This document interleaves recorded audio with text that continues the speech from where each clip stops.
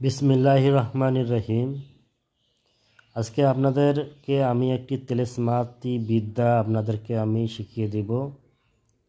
এই তেলেসমাতি বিদ্যাটি হলো, আপনি যদি হাত অথবা পা আপনি আগুনে দেন, তাহলে আপনার হাত এবং পা আগুনে জ্বলবে না। এই তেলেসমাতি বিদ্যাটি খুবই সহজ, আপনাদেরকে আমি জানিয়ে দিচ্ছি।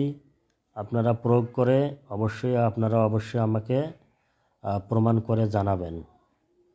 সেটা হলো ব্যাঙের চর্বি, মিন্ডক কি চর্বি, এখানে উর্দু বইয়ে লেখা আছে।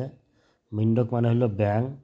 ব্যাঙের চর্বি আপনি হাতে অথবা পায়ে লেপন করে আপনি যদি আগুনে সেটা ভেতরে প্রবেশ করেন, তাহলে আপনার হাত অথবা পা আগুনে জ্বলিবে না। তবে একটা জিনিস মনে রাখতে হবে, এটা যে সে ব্যাঙের চর্বি হলে হবে না।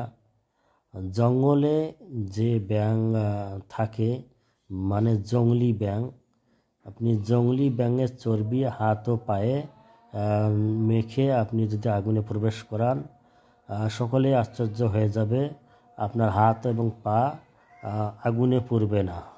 বিদ্যাটি প্রয়োগ করে অবশ্যই আমাকে জানাবেন। ধন্যবাদ সকলকে।